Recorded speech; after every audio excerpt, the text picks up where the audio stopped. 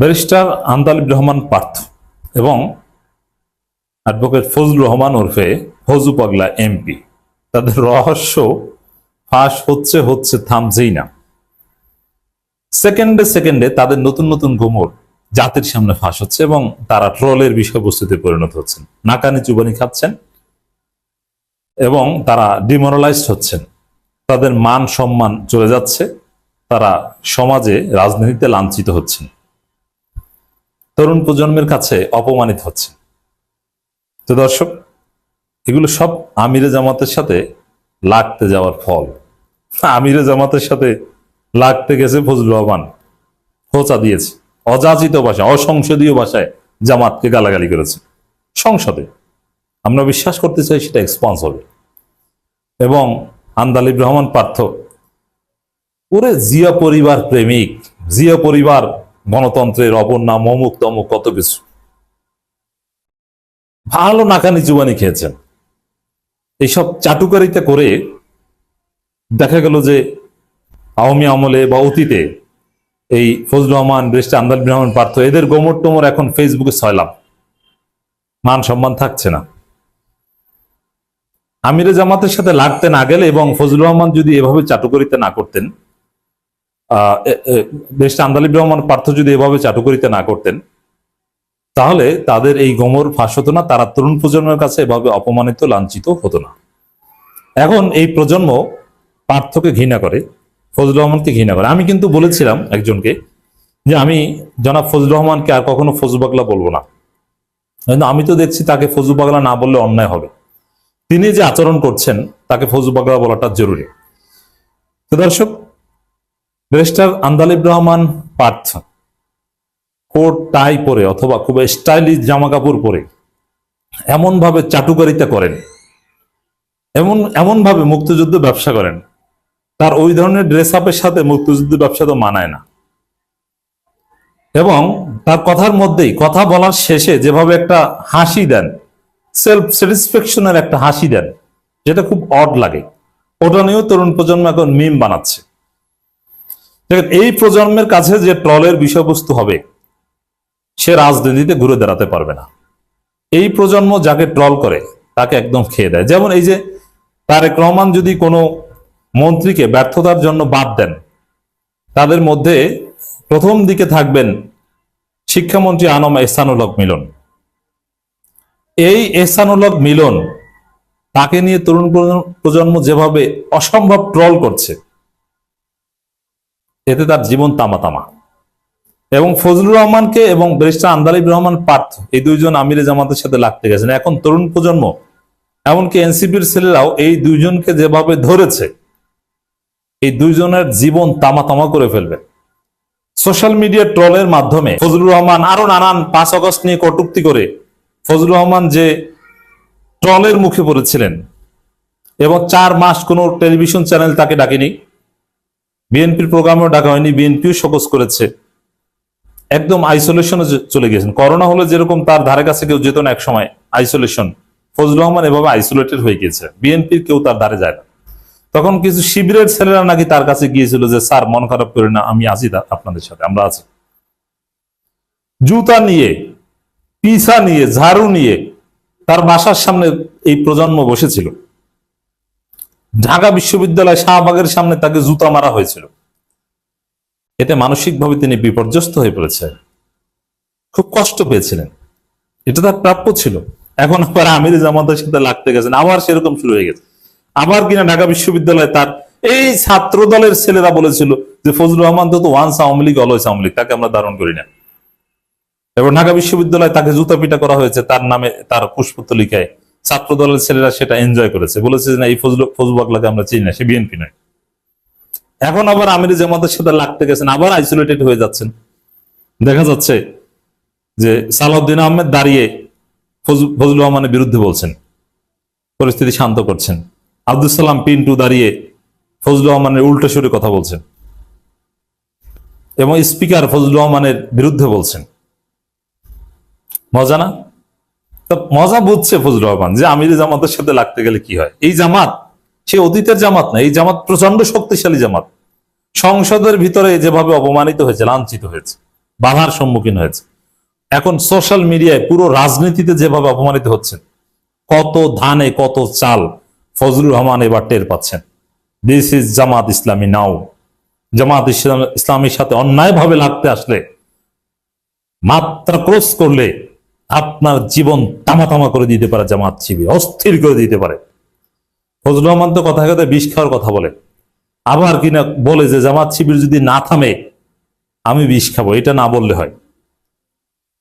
দেখেন, এই ফজলুর রহমান তার নামের পিছনে ভারতপন্থী মিডিয়াগুলো মুক্তিযোদ্ধা লেখে, অথচ তার চাইতে বড় মুক্তিযোদ্ধা মেজর হাফিজ সহ বিএনপিতে অভাব নেই। কারো নামের পিছনে, বিএনপির অন্য কোন নেতা খেতাবপ্রাপ্ত মুক্তিযোদ্ধাদের নামের পিছনে মুক্তিযোদ্ধা অমুক, মুক্তিযোদ্ধা তমুক এটা লেখে না। এমনকি জিয়াউর রহমানের নামের পিছনেও লেখা হয় না যে মুক্তিযোদ্ধা জিয়াউর রহমান, অথচ এই ফজলুর রহমানের নামের পিছনে লেখে মুক্তিযোদ্ধা। আরে ফজলু পাগলার মতো এরকম মুক্তিযোদ্ধা জামাত ইসলামীতে অভাব নাই। তিনি কিসের মুক্তিযোদ্ধা? একসময় তরুণদের কাছে মোটামুটি জনপ্রিয় ছিলেন বি চৌধুরীর ছেলে, আমাকে অত্যন্ত পছন্দ করতেন, আমার সাথে খুব ক্লোজ সম্পর্ক ছিল, মাহিবি চৌধুরী। সে মাহিবি চৌধুরী যেরকম ইতিহাসে রাস্তা করে নিক্ষিপ্ত হয়েছে, রাস্তায় নামলে মানুষ জুতা পিটা করবে এরকম, বঙ্গভবনের সামনে থেকে একবার ধাক্কা দিয়ে ওখান থেকে পোলাপান তাড়িয়ে দিয়েছিল।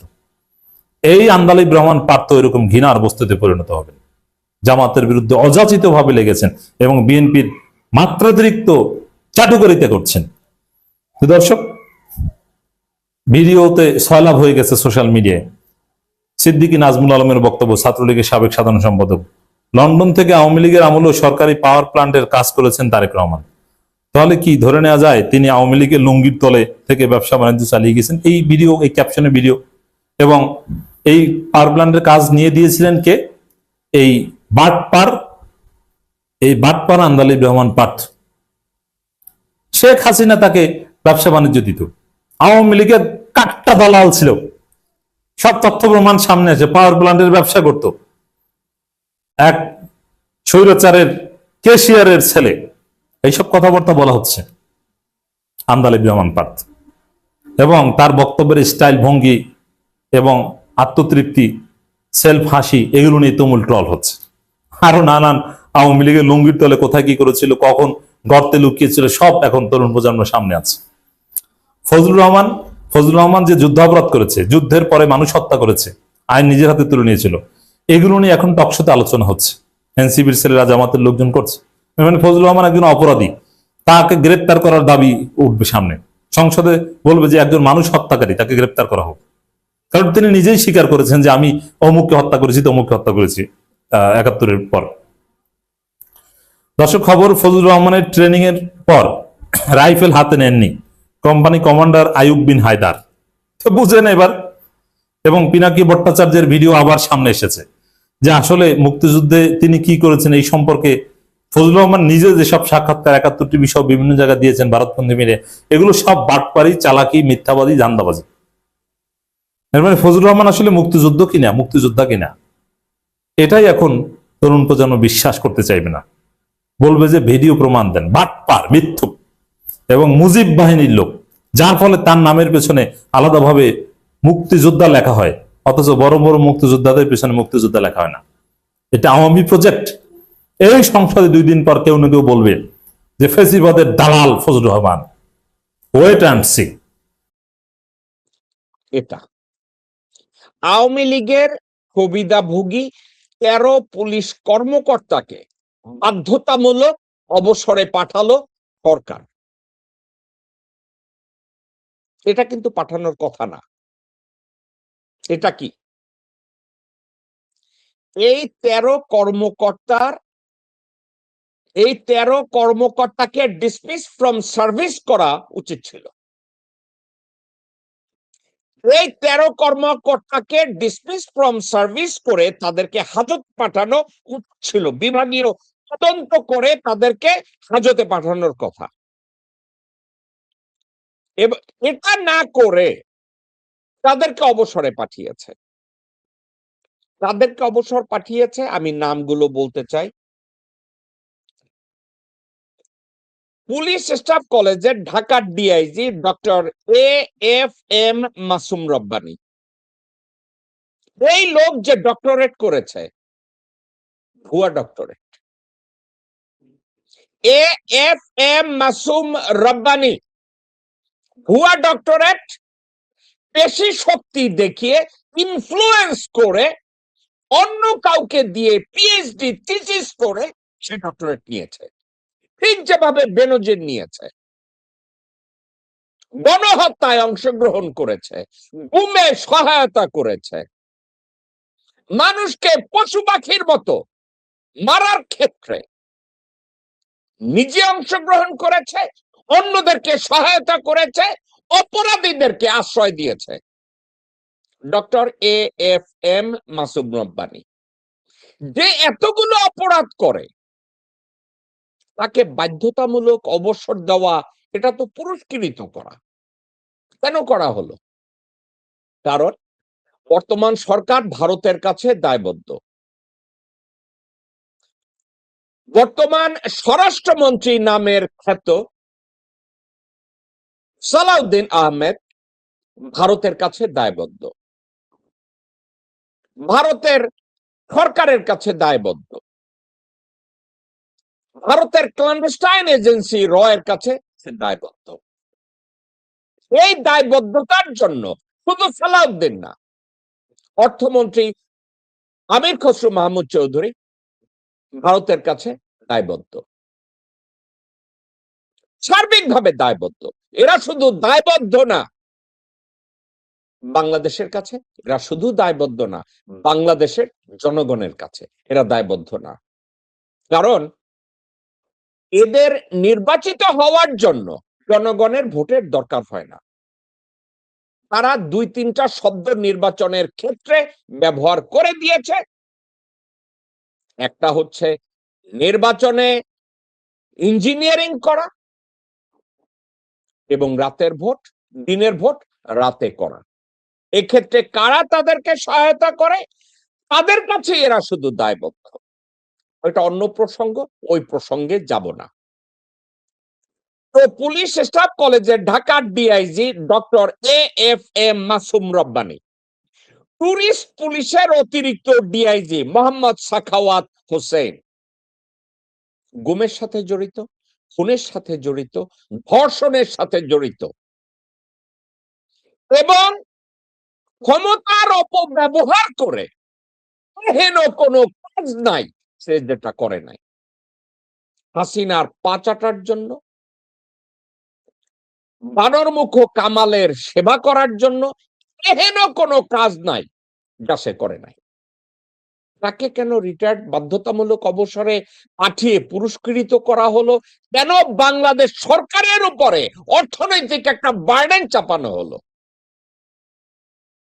তাকে এদেরকে ডিসমিস করা উচিত ছিল এবং বিচারের মুখোমুখি করা কথা ছিল।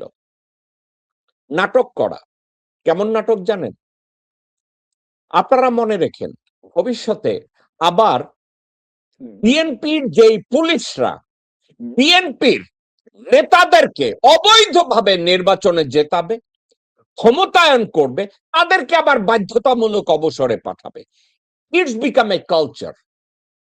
এই কালচারের পুনরাবৃত্তি গত 54 বছর দেশের মানুষ দেখেছে এবং তার সাথে অভ্যস্ত হয়েছে।